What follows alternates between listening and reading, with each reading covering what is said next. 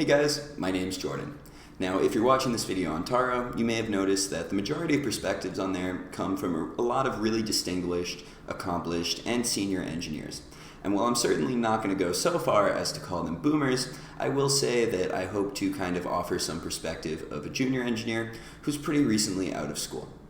So to give myself a little bit of an introduction here, if you haven't heard of me, I run a YouTube channel, and in addition to that, I have now worked at a couple of fan companies in both full-time and internship positions, as well as recently getting started in high-frequency trading, also as a software engineer. In this video, my goal is to keep my opinions as general as possible and only try and summarize the things that I've seen at all of the different companies that I've worked at, as opposed to just big tech. Okay. So let's imagine a hypothetical situation that maybe for many of us isn't actually so hypothetical.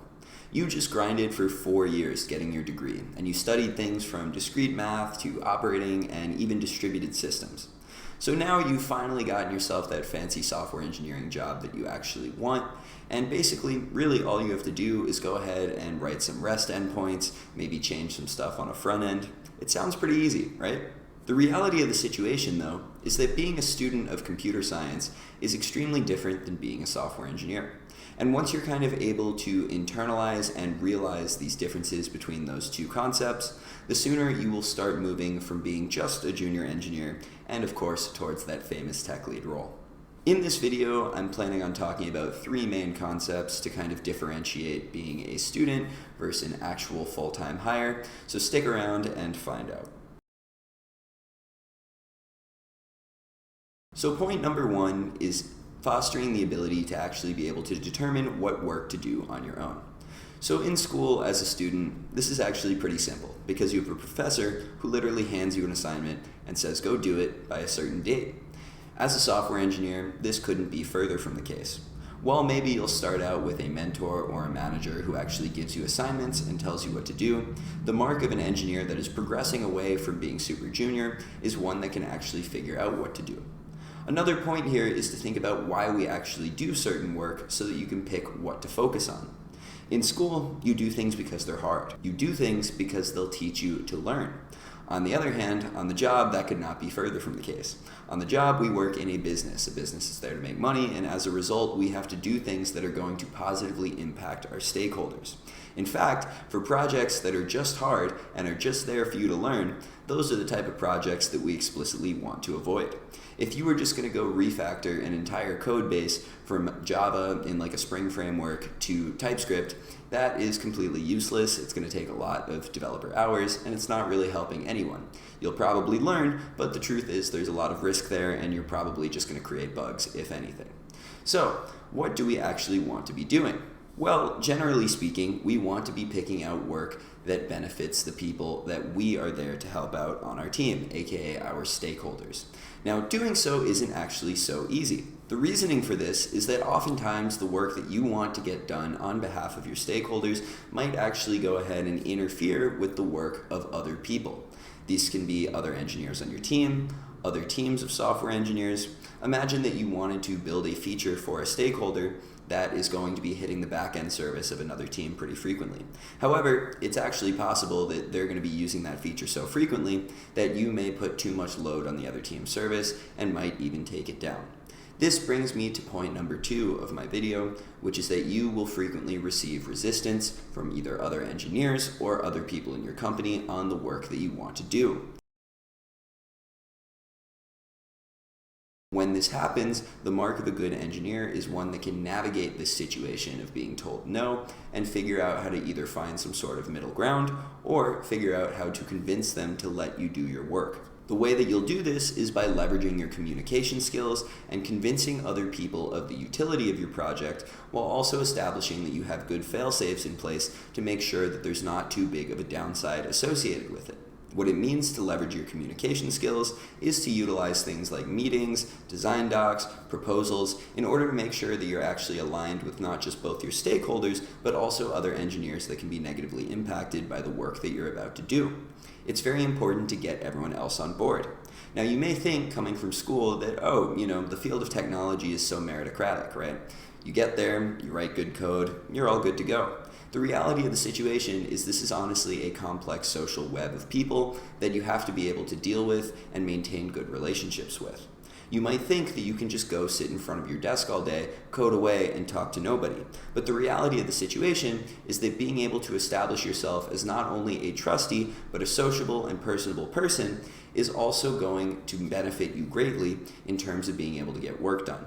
Establishing a good rapport with these coworkers who gatekeep certain important systems within the company is going to make your job a lot easier when it comes time to making a proposal to give them.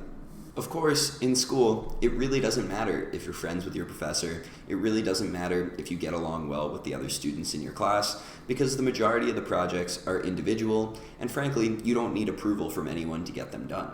You just go ahead, go in your room, and you do them. In the real world, that is not the situation, and frankly, you need to work with people very, very often. Finally, let's move on to my last point, which I will dub, "You can say no." Interestingly enough, in school, if a professor tells you to do something, you kind of just have to do it.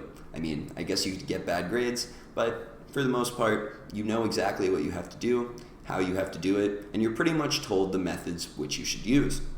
On the other hand, it is very commonly a thing in companies that either stakeholders, which are less familiar with your situation, or even possibly senior engineers who are just a little bit wrong within a given circumstance, are going to tell you things to do.